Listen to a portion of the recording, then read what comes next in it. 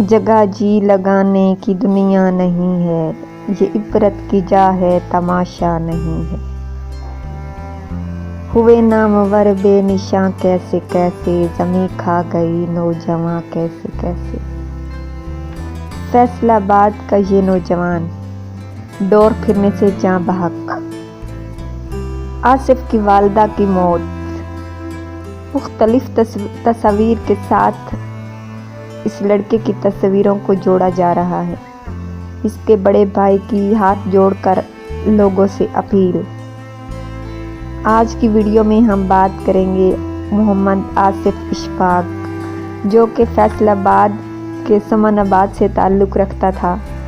روزے کی حالت میں گھر سے عصر کے وقت افطاری لینے کے لیے نکلا اور پھر کبھی واپس نہیں آیا۔ بائک پر تھا، تیز رفتاری کے ساتھ جا رہا تھا۔ جھنگ روڈ پر جب پہنچا تو اچانک پتنگ کی ڈور نے نوجوان کی گردن کاٹ لی۔ ایک لمحے کے لیے تو اسے سمجھ ہی نہیں آئی کہ اس کے ساتھ ہوا کیا ہے۔ وہ گرا، اٹھا، پھر گرا، پھر اٹھا۔ اس نے اپنی گردن پر ہاتھ رکھا اور 4 انگلیاں اس کی گردن کے اندر چلی گئیں۔ 2 منٹ میں اس کے سفید کپڑے لہو لہان ہو چکے تھے۔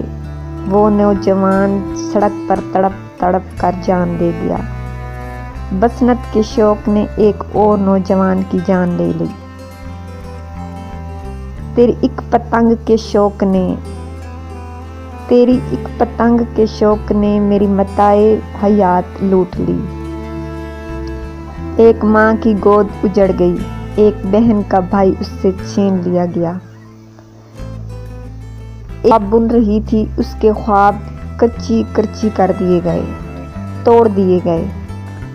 تمہارے ایک پتنگ نے نہ جانے گھر میں کون سی قیامت برپا کر دی۔ وہ نوجوان گھر سے گیا اور پھر کبھی واپس نہیں لوٹا۔ یہ تکلیف دہ منظر ان کی فیملی، ان کے خاندان والے ہی جان سکتے ہیں، ہم تو صرف لفظوں میں بیان ہی کر سکتے ہیں۔ اس لڑکے کی تصویر کے ساتھ مختلف لڑکیوں کی تصویروں کو جوڑ کر کہا جا رہا ہے کہ یہ لڑکا جو ہے اس کا یہ منگیتر، اس لڑکی کا یہ منگیتر تھا، جبکہ اس کے بھائی نے انٹرویو دیتے ہوئے ہاتھ جوڑ عوام سے اپیل کی ہے کہ مت کریں اس طرح کی حرکتیں۔ وہ لڑکی حافظ قرآن ہے، وہ باپردہ ہے۔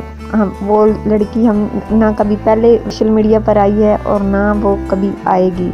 غلط تصویریں مت لگائیں۔ مزید انہوں نے کہا کہ 3-4 دن سے میری والدہ کو بھی سوشل میڈیا پر مار دیا گیا ہے، تو کائنڈلی آپ لوگوں سے ریکویسٹ ہے، میری والدہ جو ہیں وہ زندہ ہیں۔ اس لڑکے کے جو بڑے بھائی ہیں انہوں نے بیان دیا ہے کہ ان کی والدہ زندہ ہیں، ان کے لیے دعا کی جائے۔ آپ لوگوں سے ریکویسٹ ہے، پلیز جب کوئی مر رہا ہو تو اسے مزید مارا نہیں کرتے۔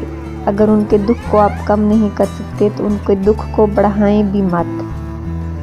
اور یہ پتنگوں کے شوق اپنے گھروں تک رکھیں، تمہارا یہ شوق نہ جانے کتنے گھروں کو اجاڑ کر رکھ دیتا ہے۔